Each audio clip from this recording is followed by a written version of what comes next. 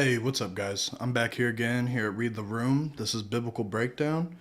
Today, we're just going to be going over nothing too crazy, super light notes. This might end up being a shorter video.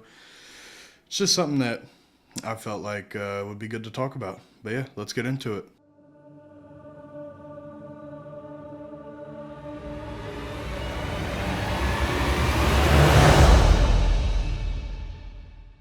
What's up, guys? It's Thor back here at RTR. Welcome back to Read the Room. Welcome back to Biblical Breakdown. Today we're going to go over Matthew 10 a little bit, just a tad. We're going to talk about a short section in Corinthians and a little bit in Jude. Yeah, let's just get it rolling. Matthew 10:28 through 31 here. Don't fear those who kill the body, but are not able to kill the soul. Rather, fear him who is able to destroy both soul and body in hell. Aren't two sparrows sold for a penny, and yet not one of them falls to the ground without your Father's consent? But even the hairs of your head have all been counted. So don't be afraid, you are worth more than many sparrows. The reason I wanted to talk about that came up in conversation yesterday at my job. I was having a talk with somebody. They struggle to fully give themselves to Christ, right? To like fully be saved. They really struggle with that. And that's something I find a lot with like people that are touching the Bible. Like we all kind of struggle to just bend the knee, you know? Like this is real, this is what it is, and we all just struggle to bend the knee. But when you do bend that knee, your life will change forever. But yeah, the two sparrows came up because he was talking about all this anxiety and everything, and he talked about something he read in Matthew, talking about how you shouldn't worry. Jesus was talking about why you shouldn't waste any worry, because like don't waste your life worrying, right? Like you're not gonna get anything out of that. Aren't two sparrows, much more important? They don't just drop dead. They eat, they live, and you're much more important than a sparrow. Something that, because I'm in a season right now, guys, where like I'm dealing with a lot of anxiety, a lot of worry, a lot of fear. Just with the steps that I'm taking, I have a new job opportunity. We're trying to grow RTR, obviously. Shooting content is new, right? And I got this Bible study coming up, that I've been working on, and so many people have different opinions on what you're doing, and like I really struggle to just take it to Christ and be like, should I do this or should I not do this? Because you want to listen to the people that's closest to you first, and it can be hard, So encouraging myself and encouraging you, get back into the Word. There's going to be people that don't want you to talk about Christ, that don't want you to spread your faith, talk about your faith. They don't want anything like that from you. But why would you fear them? Why would you fear any man, right? If you become a God-fearing person, why would you fear any man? What are they going to do other than kill you? I love the pastors that talk like, if you don't fear death, what is the enemy gonna do to instill fear in you? Like what could the enemy take from you that would make your relationship with Christ struggle? I ask myself that a lot. Like what would, like, my relationship, very much so. I'm not a super materialistic person anymore, so like I don't know if that really get me, but like my close friends, like I got like three friends who are, they've been around for years and years and years, and like that'd be hard. That'd definitely be hard. That would challenge me, But I'm just rambling. I just kind of wanted to come on here to talk to you guys. I didn't have anything really planned out for this Sunday. I've been trying to use less and less notes.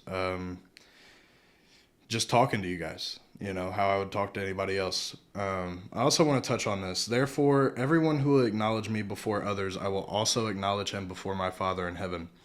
But whoever denies me before others, I will also deny him before my Father in heaven. Don't assume that I came to bring peace on the earth. I did not come to bring peace, but a sword, for I came to turn, everybody against everybody, essentially. Why? What does that mean? I've been talking to a lot of people, again, mainly at work and just around Christians in general, and like there's so many people that want to keep their faith private. And I never really had that. I've only been saved a year and a half, and like Christianity was not, it was, it wasn't in my life when I was growing up. So to hold on to this and just keep it silent, it's not what I want to do. It's the same when, when I got with my woman, I wanted everybody that I cared about in my life to know her. Not, not on the level I know her, but on a level, like I wanted them all to meet her. I wanted them all to know her because I love her and I love all you guys. Like I want to share this person that I love. It's the same with my friends, like the friends I get super close with, I want to introduce to my parents. I want to introduce to my other friends. Like, yo, this guy is really cool, this girl is really cool. And it's the same with Jesus. I do the same thing. Like I try and, even people that don't believe, like you can have healthy talks with people that don't believe. But now is not the time to be silent in your faith. We look around in the world and, you got Christians being killed in Africa, like murdered, like ruthlessly. Here we're being silenced. Canada, they're passing, don't talk about the Bible, that's probably coming here. It's only a matter of time. Everything in the Bible now, like we're getting closer and closer where they're just going to start saying the whole New Testament is anti-Semitic, that Jesus is anti-Semitic. What you can't say that the Jews killed Jesus or ordered to have him killed, which is a historical account of what happened. The Pharisees ordered that he would be killed. They handed him over to the Roman soldiers. So it's just like kind of like, what are we doing? Why would we be silent? Why are we not reading? Why are we not praying? Because if we don't do these things now, you may not get the chance, and that's sad to think about a day where that could be true. Where me and you might not be able to watch this video. I might not be able to make this video. And, like it troubles me, actually. Like it troubles me a lot that there's a day coming where we will not be able to read Bibles. We will not be able to buy a Bible for somebody that you love. And I think we need to keep that in mind. Like that's coming. I'm not saying don't live in the present. Obviously you should, but think long term here. Like there are things that are going to happen that it's going to impact Christianity really big, I think. I think it's coming soon. Sooner than we all think, to be honest. I worry that that we just don't care. That's what I worry about, honestly. I worry that we don't care and that we're too distracted. And I say we, me included. I get distracted so easily with everything that's just going on in my life, right? New job, relationship, whether, that's going good or we're having a bad day. Like, it doesn't matter, good or bad. My friends, my job, money, my family. Like, there's so much of the earth that demands your attention. But you have to remember who created the earth, who created you, and what he can do about it. And that you're not alone. And that when you're in these struggles of, family struggles, you and your closest friend are arguing. You and your boss aren't getting along. You're worried you're going to get fired. You're broke. You don't know what you're going to do for food. Take all this into the prayer closet, man. Pray about it. And don't just pray like, don't go in there for 2 minutes and be like, Lord, my boss sucks. Lord, I don't know what to do with my boss. And it's like, yeah, obviously, like if that's all you can say, say that. But like, you know what I mean? Like wring out your heart, go deeper, right? Like just be with the Lord. He wants to hear about your problems. He cares about you. Lay all of your worries onto him. Why wouldn't you? Another thing I wanted to talk about too, speaking of that, was the Holy Spirit. I think sometimes, other than like in a Baptist church, doesn't really get talked about enough. Where I was reading through Corinthians the other day, and I don't have the exact verse pulled up, but I have my notes from Corinthians that I was taking. And in Corinthians chapter 2, Paul talks about the Spirit searches our mind and the Lord's. What does that mean? That means that you have direct access to God's thoughts through the Holy Spirit. And you can pray for that. You can pray through that. Tell the Holy Spirit you need guidance. Tell you know you're depressed and you can't think of yourself any better than how you feel. And it's like, tell the Lord how you feel. He will help you in your time of need. He'll help you. He wants you to be, again, and I think I've mentioned it in a video before, where the Lord's powers work best on the brokenhearted. He will lift you up. He will exhort you. He will heal you. He will deliver you. Our God is a redeemer. You know, that's his main thing. And getting in this book, this Bible, like something that, because like I've not been the best about reading this week, but it's because I felt like I want to isolate myself. And I get back in this book and I start reading, and it's like, okay, I'm reading about the apostles, I'm reading about Paul, these people that are huge names, and it's like, hold on. They're just as broken as I am, right? Like, they're just as broken. And I think we all need to remember that although we cannot see Jesus next to us, although we cannot hear him right next to us, like you would hear your friend talking, we have the same access, if not more, than the apostles did, right? Because they didn't even have the Holy Spirit until after he passed. So we have direct access to the Lord. He's right there with you. He's taking you every step of the way. He will not leave you alone. He's not going to abandon you. And we just need to rely on him, and we need to proclaim him. And every time he delivers us, we need to tell people. You know, if you're an alcoholic and he delivered you from drinking, tell people. You'll know what that testimony could do for somebody else. You know, for another alcoholic. If you're hooked on drugs and he delivers you from that, tell somebody. You know, right now I've been praying. I got a nicotine addiction. I've been praying through that, and you know, I'm not to the point yet of putting it down. Right, my pouches, my little lip pillows. You know, getting sinister. You know, I'm not past that point yet, but I've been praying about it. It's on my mind. It's something I want to work through. And when I get delivered through that and I work through that and build the character through that, I'm going to tell everybody, yeah, the Lord helped me quit nicotine. The Lord helped me put that down. And I'm not saying do that in a a condemning way, but lean on people. And going into condemnation and not being somebody that condemns other people for their sin or what they're going through, what I want to close with is Jude 1:3. And if you don't know, now you know. Pastor Philip Anthony Mitchell is about to put out a book, and it is based off of Jude 1:3. Figured I'd plug that in here. Somebody I really admire, somebody that really helped grow my walk in the faith. But we're going to read 3 through 8 here. Or 3 through 4, I'm sorry. Little numbers.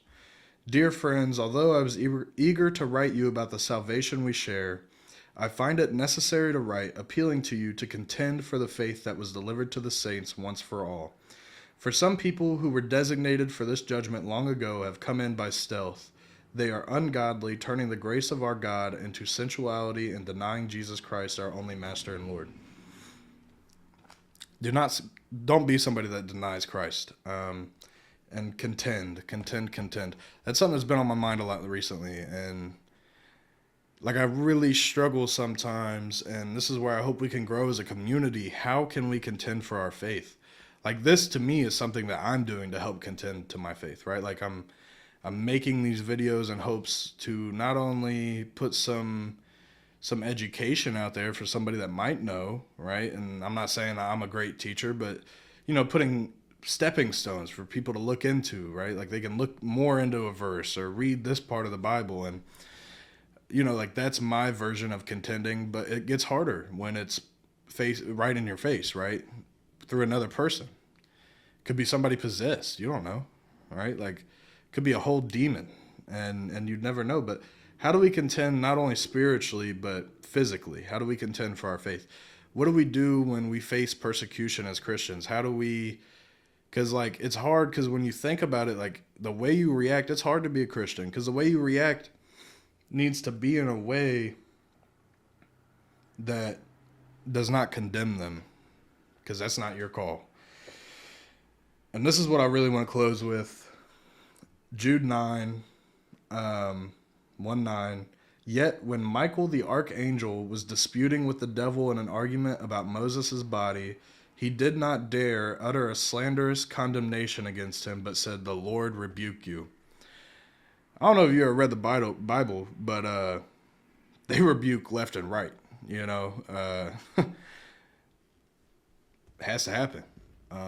You got to do it. You know, it's a gentle. It's not necessarily gentle, but it's a point of correction, right? I would hope that people call me out when I'm wrong, especially the people closest to me, like my friends. I don't know what I'd do. If they didn't call me out when I was wrong, I don't know if I'd be here today. I don't know if I'd be able to tell you guys these stories and talk about my life. I really don't. Uh, you know, I've been wrong a lot. We all are. It happens. Um, yeah, I don't know. But that's all I really had for you guys today. Please don't be silent. Share your faith. It's so important. Your testimony is how we spread Christ. It's how we get other people to experience Christ in the same light that you have. I'm praying for everybody that's watching. I'm praying for everybody that's not. I hope you all do the same. I hope you pray for the people that are not saved. Do not be shy. Get in your prayer room and pray for them. Pray for their salvation, that the Lord would grab them up and take a hold of their hearts. You know, part of my testimony, I've been seeing that happen. There's a lot of people I prayed really hard for. I got one buddy right now. He's on fire with the Holy Spirit, fully giving himself back to God. And, you know, it's beautiful. God has that power. He will work that power in your life. I got another buddy, you know, he's going through trials and tribulations, and he's coming back to Christ. He's getting closer and closer every day, and I don't even know if he knows it, you know. But, yeah, thank you guys for joining me.